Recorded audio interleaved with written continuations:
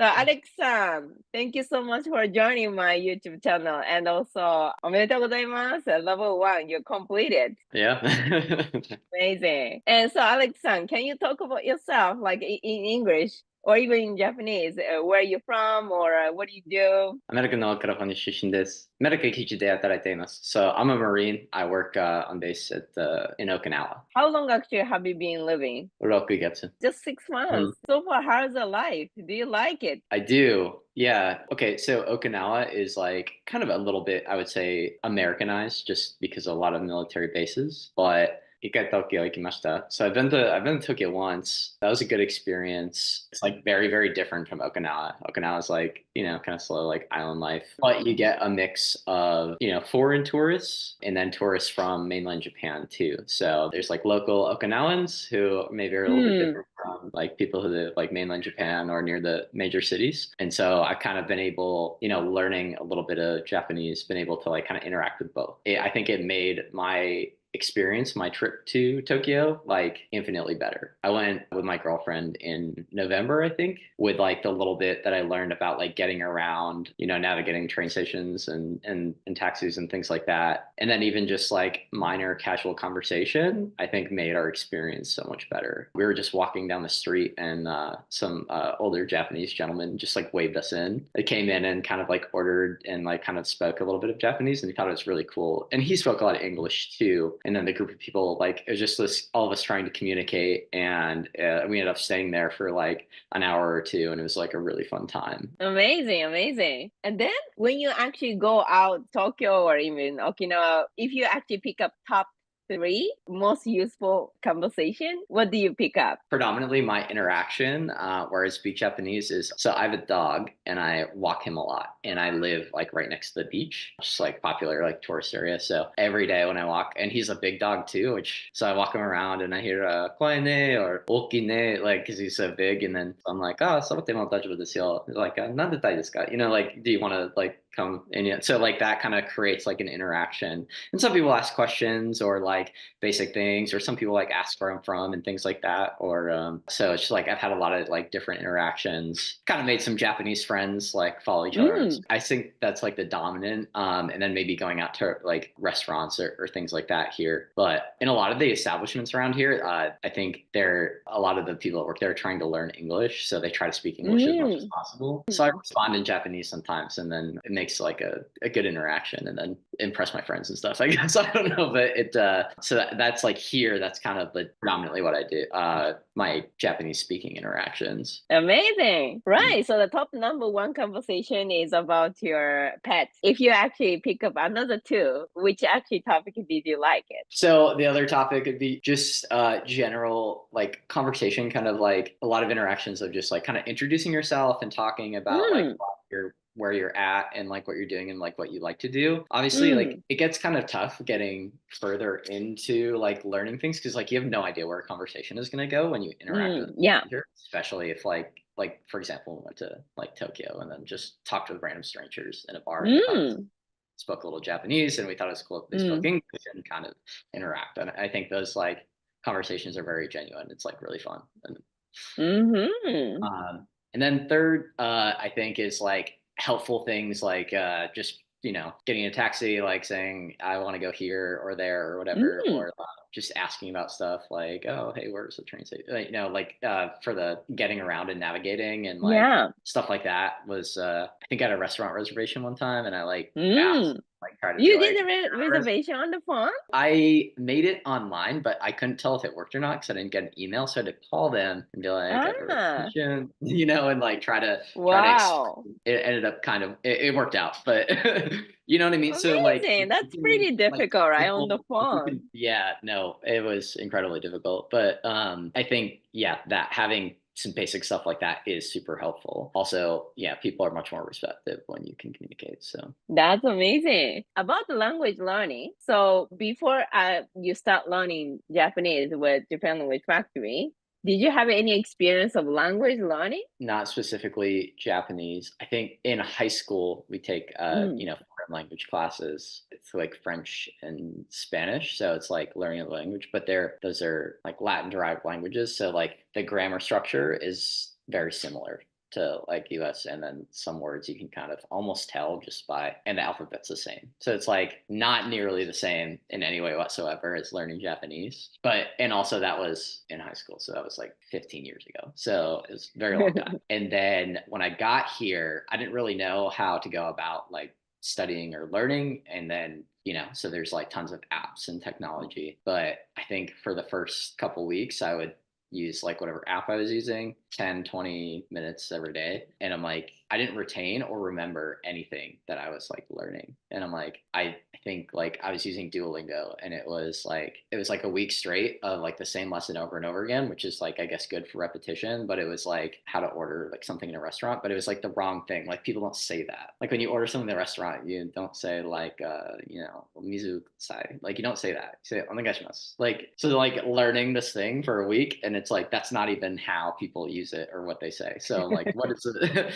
And then I noticed I wasn't like really retaining anything. And then I looked at other apps and tried that. And like, I just didn't know how to like make the connections or like try it in real life. When you're live one-on-one with an instructor, like you're trying it, talking to an actual physical person by like speaking into your phone or something. So that's like really helpful. Yeah, you're learning the language, but it's not natural to really speak. Not natural at all. Yeah, I think the benefit of having like an instructor was, I'd go into like certain situations, like, all right, hey, I ran into somebody, like walking my dog and blah, blah, blah. And then I kind of ran out of things to say for what I know. And then, but I'm like, they said this, or I think they said this. And I would try to sound it out. And she'd be like, oh, they probably said whatever, they were probably trying to say this. And that's how I learn. And then like the language is context based anyway, but it really gets specific into like, when am I going to use this? Like, let's study that, not like whatever is the app directs you to study.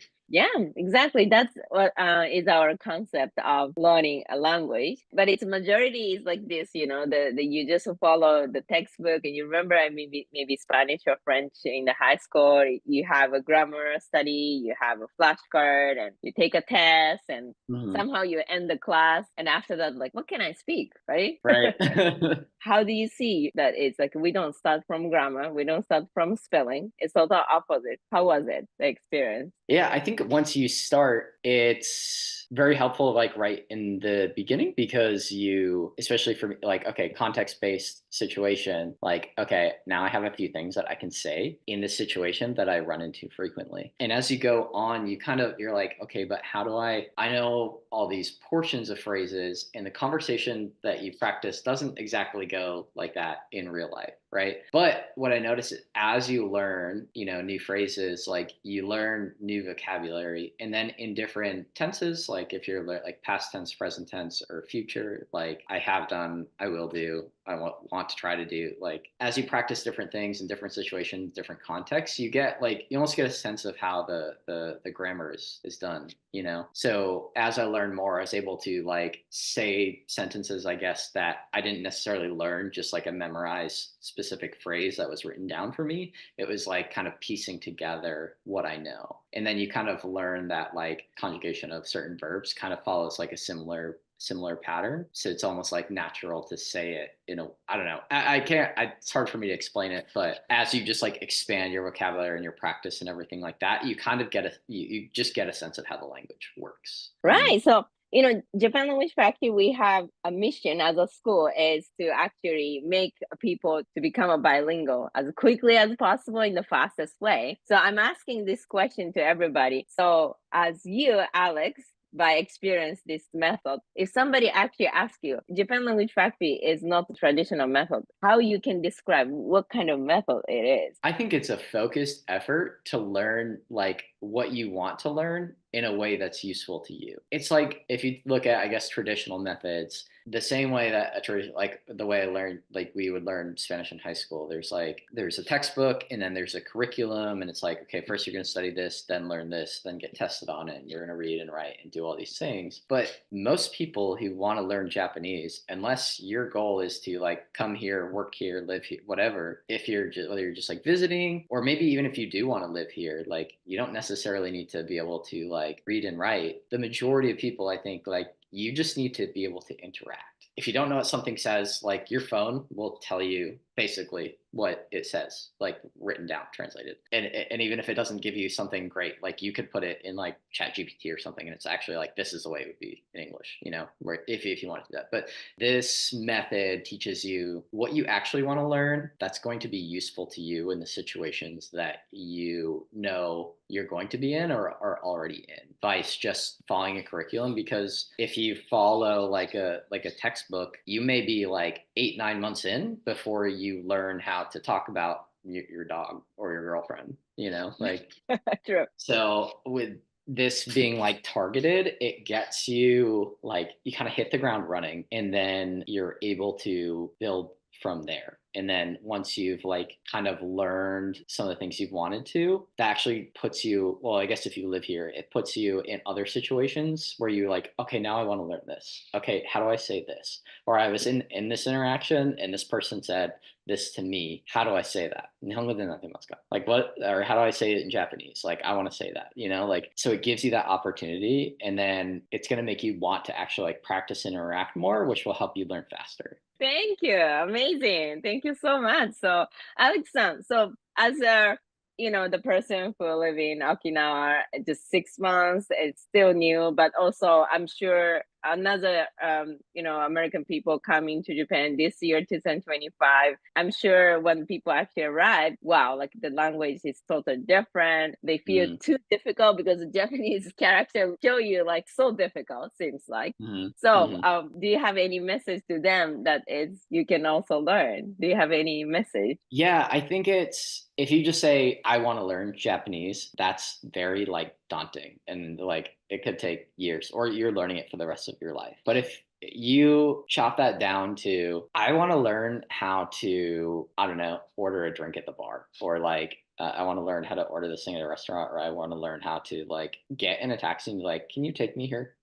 Just simple things like, okay, I want to learn this basic interaction. You get to just jump right into that. And based on how you teach the flow of conversation, like that will allow you to just get a start. And once you actually get in a real situation where you use that, even if it's a 1 minute conversation, it feels really cool. I guess there's no other way to explain it. It feels really great. And you're like, wow. And then you're kind of like, wow, I did that. Like, okay, I am like learning this language. And then you progress from there. Amazing. So, Alex, thank you so much. You gave me so many inspiration and also advice to a lot of people. Enjoy trip and enjoy your progress. Thank you.